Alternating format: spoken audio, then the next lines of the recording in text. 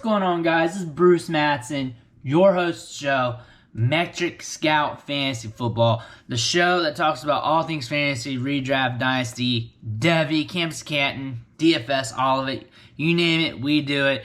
If you're interested in learning more about fantasy, if you want to sharpen your skills, I'm the guy for you. Hit that subscribe button, ring the bell, tell your homies. I had a request from a subscriber a few days ago, and he had another player and Dez Fitzpatrick. I already covered that other player for him, but now it's time to do Dez Fitzpatrick, how he aligns in Dynasty, his value, and what I project from him, or what I see from his player profile that could be good, could be bad, which is always very interesting to look at.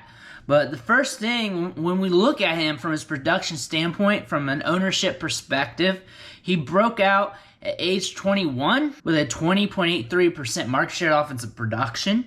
If you look at things from a baseline regression standpoint from market share, he didn't break out at all. If you're using 20% as the threshold, he broke out at age 21. The year after, age 22, this year, the 2020 season, he had a 31.01% market share of Louisville's passing production, which is very solid. Late breakout, but had some production in his profile. Age 19, 17% market share. Age 20, 16% market share. Then follow that up with his age 21 and age 22 seasons where it wasn't that bad from an ownership standpoint. He hasn't had a season with more than 850 yards and more than 9 touchdowns. No double-digit touchdowns in his career. He finished his tenure at Louisville with 2,589 yards and 21 total touchdowns. That took 4 years for him to accomplish. Mind you, that's with some back quarterback play, sharing the field with some other wide receivers and whatnot. Not exactly a high-volume passing attack in Louisville. He kind of had to deal with the hand that he was dealt there.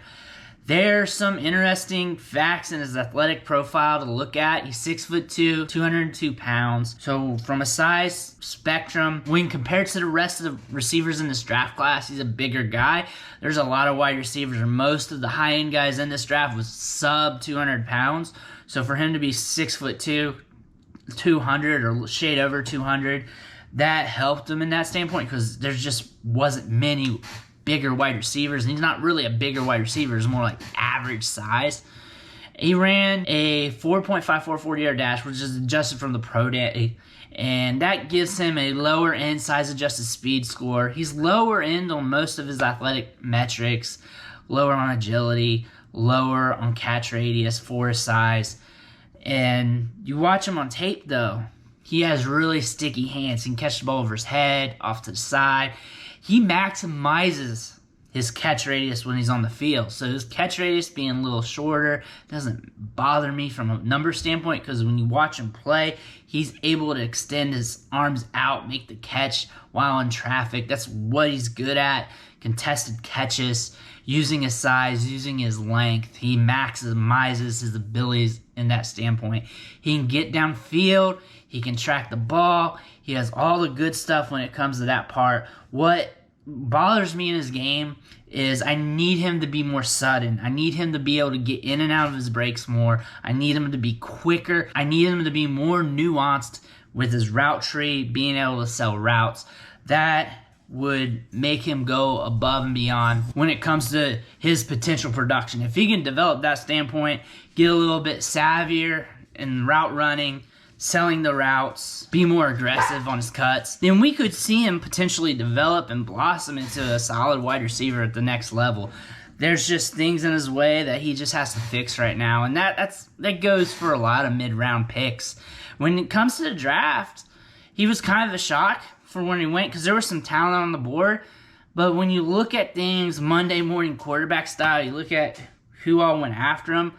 Of course, Amon-Ra St. Brown was on the board, Tylan Wallace, but really, from a talent standpoint, it's not very sexy after him, to say the most. The Titans traded up to get him. They traded up from like 126 to 109. They wanted to make sure they had him on the roster. They value him. That's what's important. They value him enough to trade up for him. They had to feel like there was a drop-off from Dez Fitzpatrick, from the rest of the receivers left there. They had to make sure they left the draft with Fitzpatrick. Now they got him. And the main opportunity, the main reason why a lot of people like him in fantasy is the depth chart. The depth chart is bare. Of course, A.J. Brown's there. Josh Reynolds is there. But after that, you're talking Chester Rogers. You're talking Nick Westbrook, Cameron, Batson, and a bunch of Jags.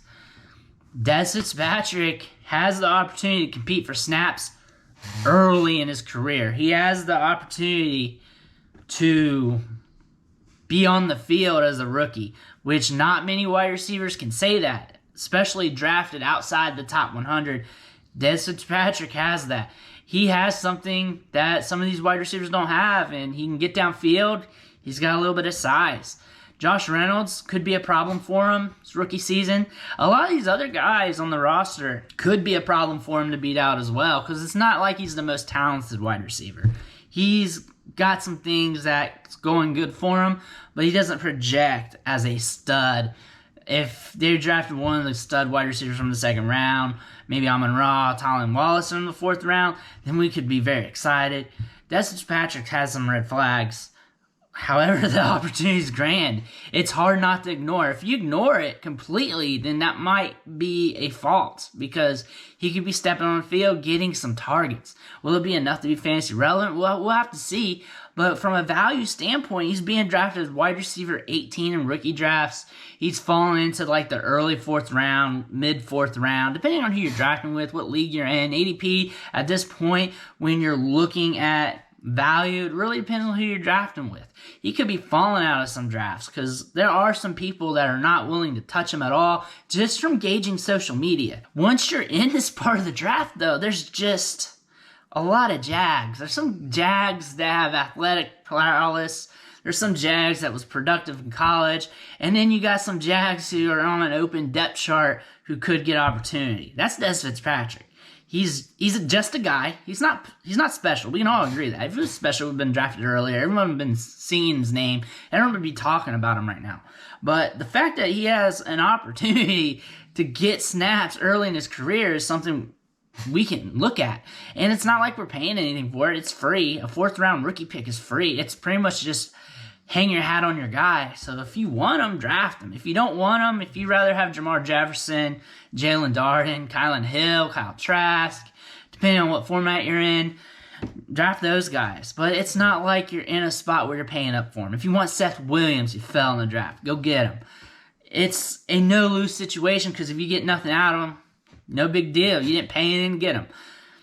If you're paying a third-round rookie pick, second-round rookie pick, then that's a different issue, but he's free. I'm all about free when it comes to rookies, and that's what matters. It's the price of the player and what you're expecting to get from him. I'm expecting him to kick the tires being a starter, at least early in his career. I wouldn't be surprised if the Titans upgrade this wide receiver depth chart sooner or later, probably next year, probably with a free agent, probably with another wide receiver out of the draft. The draft's going to be stacked at wide receiver again next year. It's not like we're going to see this fourth-round pick just emerge and just be a stud on this team for a long while. So if he does hit, or if he does have some production, you can sell him for a third-round, second-round rookie pick. Do it, because the odds of Tennessee bringing in more talent is very good. There's just so much talent at wide receiver in the league and in college football right now that it's just dangerous for a mid to late-round pick to carve out a role and keep it for a long while. And it's dangerous for dynasty leaguers who are trying to hold these players and expecting long-term value when there's all this talent nipping at their heels, and eventually things are just going to shift. If he does do something early in his career, you may want to move back. You may want to move out and trade him away, see what you can get for him. If you can get a second, if you can get a third, or even whatever prospect you like, you may want to think about that. Whenever these late fourth-round picks and rookie drafts hit, you got to think, is that the upside right there, and should I sell? And usually it is. Usually when these late guys make a move early in their career, it's time to move them. You got to think about that. But since he's got an open depth chart for him to possibly make an impact, it's not going to be easy. It's not going to be like given to him. He's still a fourth-round pick. He's still going to have to earn his stripes. there's a chance that we could see him have some production. Maybe a couple fantasy relevant games a season. Maybe him taking some snaps. Maybe him having some weeks where he's seeing some air yards. Maybe some red zone targets of some nature of that sort. You also got to look at the workload of these players, not just the fantasy points they're scoring, and use that as a selling point or a decision-making point for how you want to deal these players. But Dez Fitzpatrick, he's not really one of my guys. He's not a guy that I'm on to. I'm not 100% against him because he's free. I'm cool with free players. Free is free. I'll take all the free players if I have enough roster spots. It's all good with me. So draft him if you want him. Fade him if you want. At that point of the draft, it doesn't really matter. This is not a super deep draft anyway. I would suggest maybe fading to even like a Jamar Jefferson or some sort. But for me in drafts, it doesn't really even matter. It really depends on where we're at. I like Elijah Mitchell a lot, but I think he's going to get a bump up in rookie draft value due to the 49ers backfield and people realizing how much more open that depth chart is. Dez Fitzpatrick, he's good. I'm not in love with him, but draft him if you want him. I want to thank you for watching the show, sticking along with me while I ran about football players. I love you guys. Make sure you hit that subscribe button right here. Ring the bell. Tell your homies, and I'll catch you next time.